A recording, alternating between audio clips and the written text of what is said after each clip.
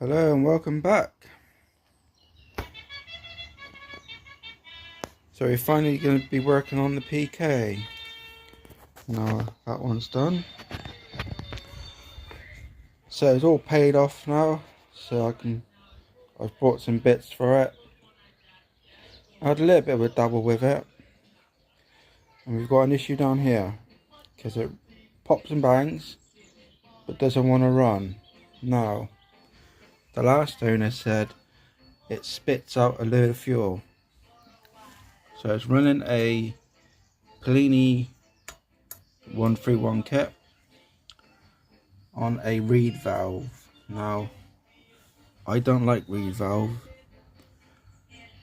and I personally think that is overkill for it, because what it's doing is chucking all the fuel out from underneath here. I've tried sealing it, doesn't want to know. I've cleaned all the reed valves out, they look fine, still the same problem, just keeps chucking it out. So what we're going to do, we're going to take this crappy reed valve out and put a single point one in there. So I think that is the main issue of it not running and chucking out its fuel. We're not running off the fuel tank because the fuel tank is buggered. Halfway up the tank is fine. So I have, camera cut out, a new Pellini single point manifold. I'm hoping that I can get it so this is the one where I can get it back in the frame, back in there, because I don't, back in there, I want the car back in there, you see, because I don't like the look of this carb sticking out. It bugs me, that does. Especially in this day and age, you're going to get some assholes come along and, I don't know, just kick it or whatever, chuck something down it. You know, I don't want to be putting out of that crap. Not in this day and age. So I'm going to try and get the carb back in here. So that's what we're going to do, is put that on there, give it a try. I've also got a cable kit for it.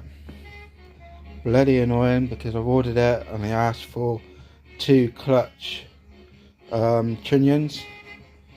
They didn't put them in, did they? I was hoping to get it done. We've got something wrong in here as well. I think the plastic gear, the throttle gear, is spinning around in there. So this is what's going on that. And sometimes it does catch the throttle where it makes it move. Yeah, I think so. It's definitely wrong in there. Get it running, idling and revving. I've put fresh gearbox oil in there because I didn't have any. Tut tut tut. So that could be quite nasty inside of that gearbox. But yeah, we don't care about that for now. We just want to get it running. So I'm going to take this rubbish reed valve off. There's no need for it, not for a little engine like this. And put that single point on there. So I will get back to you when I've done it all and see what happens. Okay, we've got a bloody problem. Cannot get it to fit on inside the frame. It's really, look at that, it's touching. And I can't get it on no further. I had the back shock off, and I've jacked it up on the underneath there. I've jacked it up with a bit of wood and that. Clears it that way, but as soon as you put the engine back down, doesn't want to know. What a bastard. I cannot.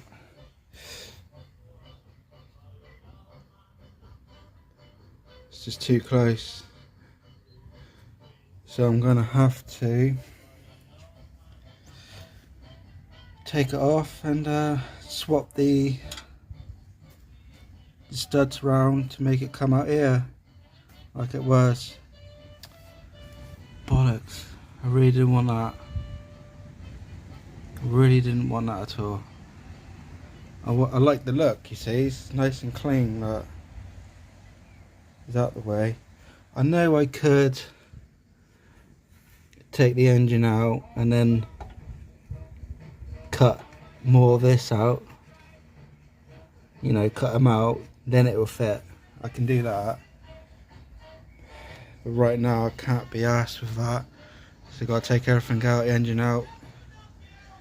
I don't really want to be going down that route just yet because I just want to get the thing running, and then we're going to know if it's going to need oil seals and bearings. It probably is going to need some, but as I said, right now I don't really want to go down that route.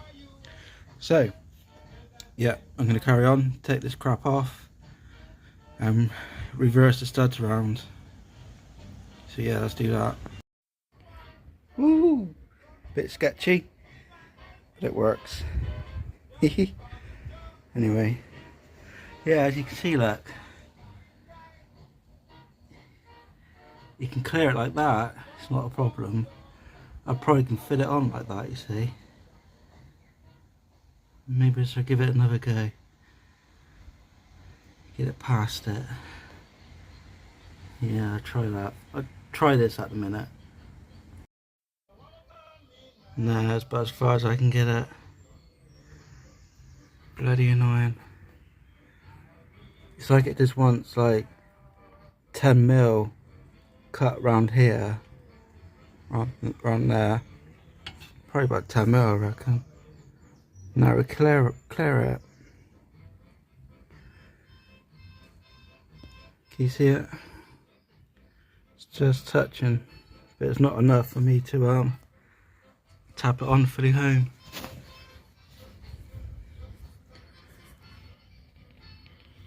See, the top clears nicely. It's just that bottom half.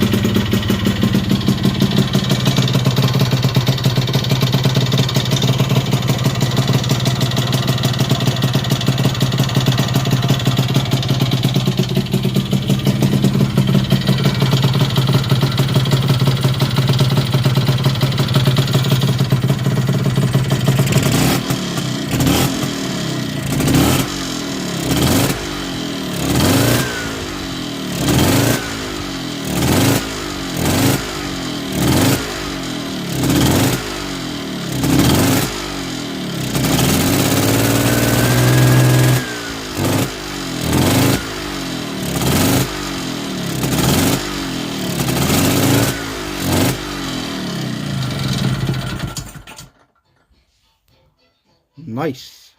We've got to go in. It smells like a two-stroke. Lovely. Let's try to get it going again.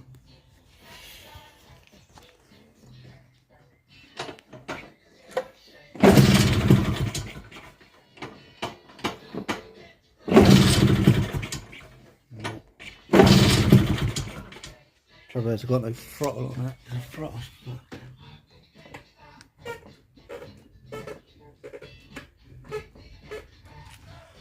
Oh well.